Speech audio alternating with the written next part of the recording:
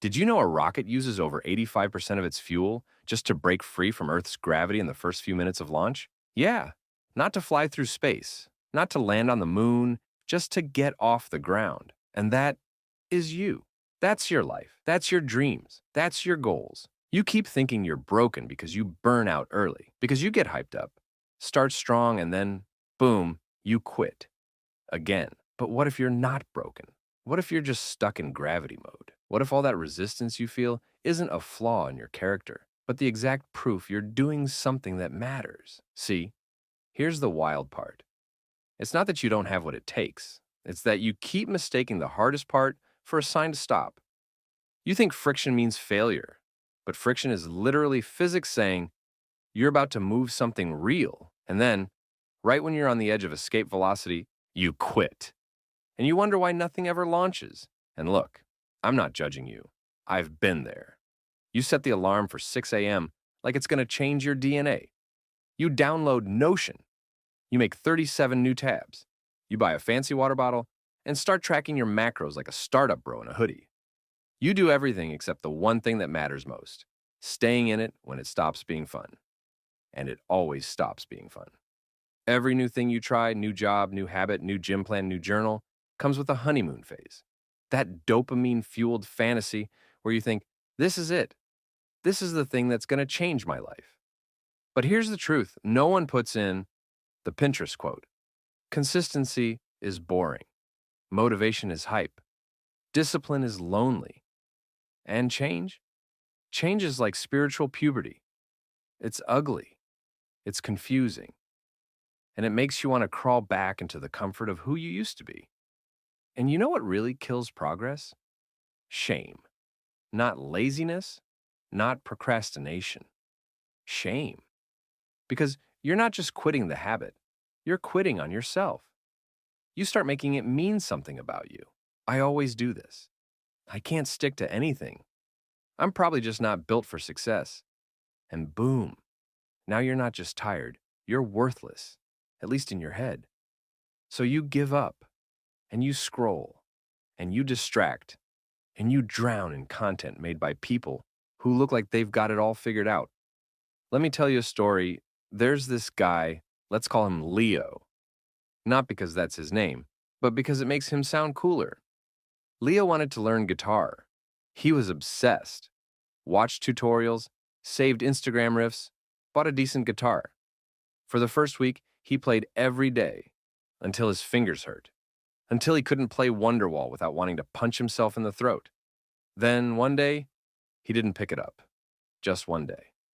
I'm tired, he said. I'll do it tomorrow. Tomorrow became next week. Next week became never. And now the guitar sits in his room like a grave for potential. But the worst part isn't that he stopped playing. The worst part is that he now walks around believing he's not musical, like it's in his DNA to fail. No, bro. You just stopped when it stopped being easy. That's not a personality trait. That's just being human.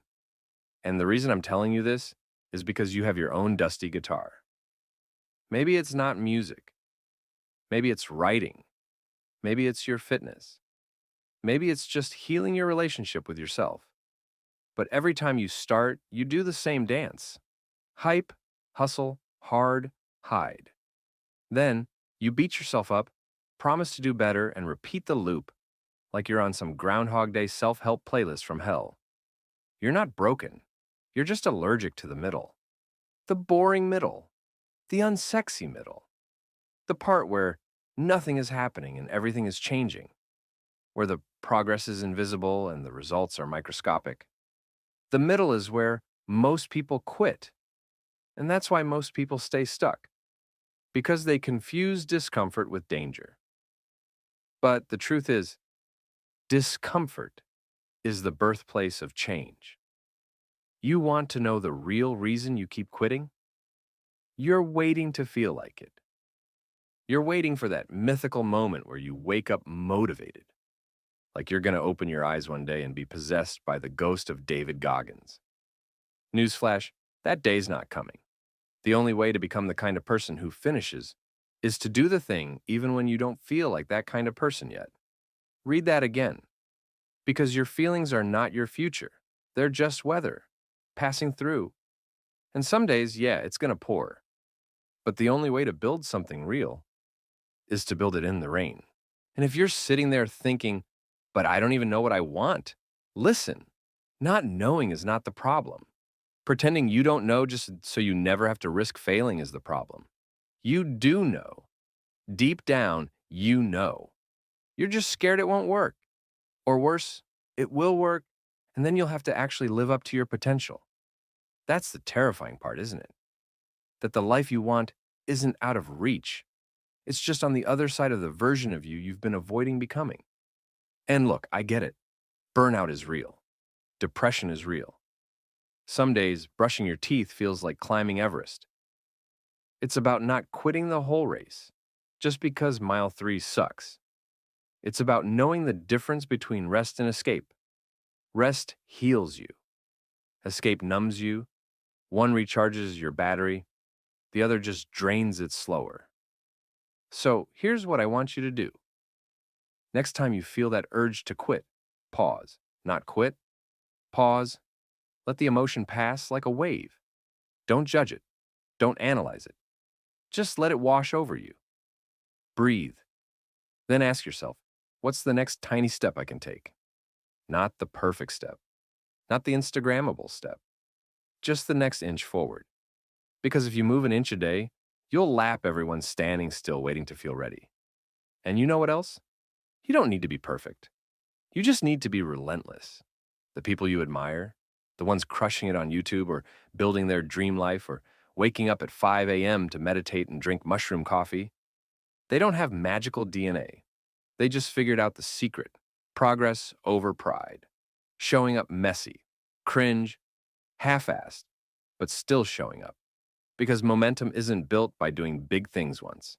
It's built by doing small things daily. And maybe no one ever told you this, but I will.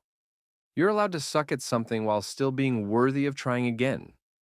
You're allowed to start over without making it a personality crisis. You're allowed to be in process. This world is obsessed with finish lines. But your life is not a race. It's a freaking garden. Some seeds take longer to sprout. Some days it rains. Some seasons suck. But if you keep tending to it, if you keep watering it even when you see nothing happening, one day it blooms, and when that day comes, you'll look back at the version of you who almost quit, and you'll thank them for holding on. So yeah, maybe you've started and quit 19 things this year. So what?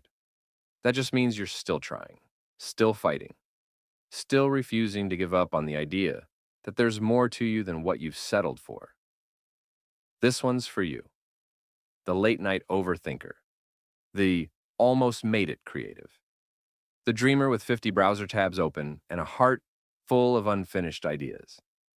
You're not lazy, you're not broken, you're just in the gravity part. So keep going. Because you don't need a new plan.